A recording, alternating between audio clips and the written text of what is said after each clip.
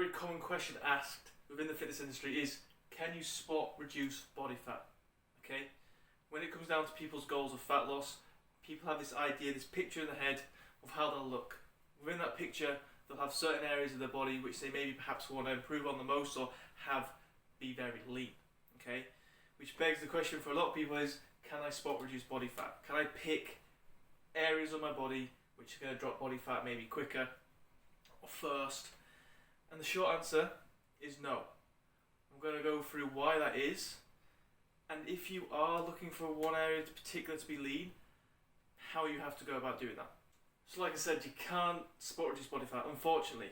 Okay. Now I'm going to go through two main things that I think a lot of people, particularly one, do wrong, and secondly, a lot of people get confused by. Okay.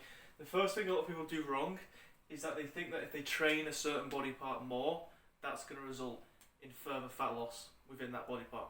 That's not how it works. Classic case you see with this is people training abs a lot because they want to get a much leaner midsection. It doesn't work like that. Training a certain area more is not going to result in more body fat being dropped from that area. Okay, body fat will drop as a whole. However, the only differences that you might find from person to person is where body fat moves from first or last, for example. Okay, this is when individual differences come into play. You will find some people tend to hold body fat in different areas to other, and therefore some people will tend to get leaner in different body parts first in comparison to other people. There's no way you can really typically dictate where that is from person to person. It can just be a case of individual differences. Some people might typically lose a lot of body fat from their front first. Some people might lose it very quickly from their back first. Some people might hold on to body fat on their legs for a bit longer. A common thing you might see typically is people holding body fat or having stubborn body fat areas, maybe lower abdomen around the hips, maybe upper legs. Typically might be areas that tend to be stubborn, especially for females.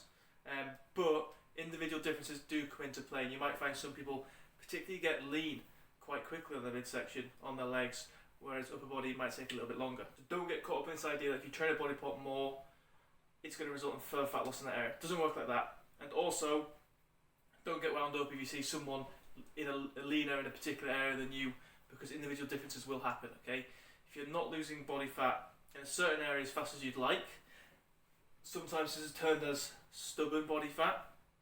If you have areas that tend to hold on the longest, the only real way around that, unfortunately, is for you to also be stubborn and for you to need to get leaner.